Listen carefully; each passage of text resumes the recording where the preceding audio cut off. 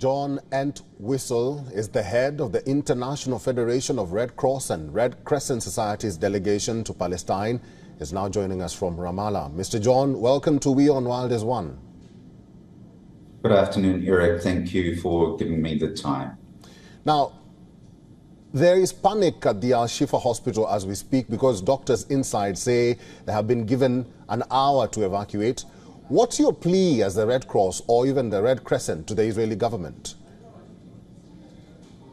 Our simple plea to all parties to the conflict is that hospitals, medical missions, doctors, staff and nurses have to be protected. They have to be allowed to do their job, to serve the people who are sick, who are wounded and need urgent medical attention. And they need drugs, they need medical equipment, medical supplies and fuel to run the hospitals.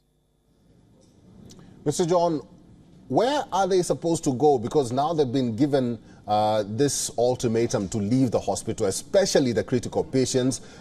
Which hospitals will they be transferred to and where are they guaranteed safety? The reality is there is no safe space in Gaza. There is an ongoing conflict. There is daily bombardment. The fighting is very intense. And so there is absolutely no safe place in Gaza.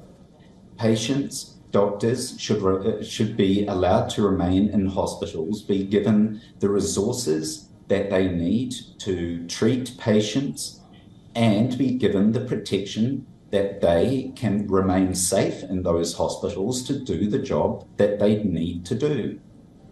Mr. John, the Israeli forces now say that Al-Quds and Rantisi hospitals are where the Hamas has been operating underground and not Al-Shifa. As the Red Cross Society, have you been able to quantify the allegations or even claims made by Israel of underground operations by Hamas? The hospitals of the Palestine Red Crescent Society in Gaza are used for humanitarian purposes. They have been working around the clock since the conflict started. Earlier this week, Al-Quds Hospital had to be evacuated and the staff and patients moved south. There they've working in their hospital at Al-Amal, but again, this is without the necessary supplies and equipment.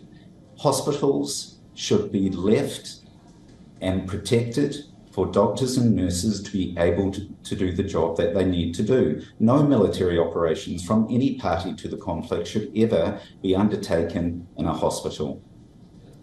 Mr. John, finally, what is the need of the hour for the doctors in the Gaza Strip?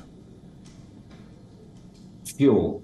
There must be more fuel coming into the Gaza Strip. This is critical to transport humanitarian aid to the north and to other places in Gaza. It's critical to run the necessary infrastructure like electricity for the equipment in the hospitals, for the water treatment plants, for the sewage treatment plants, even for the bakeries to produce a simple item such as bread. Humanitarian aid needs to get into Gaza, it needs to increase, and it needs to happen now.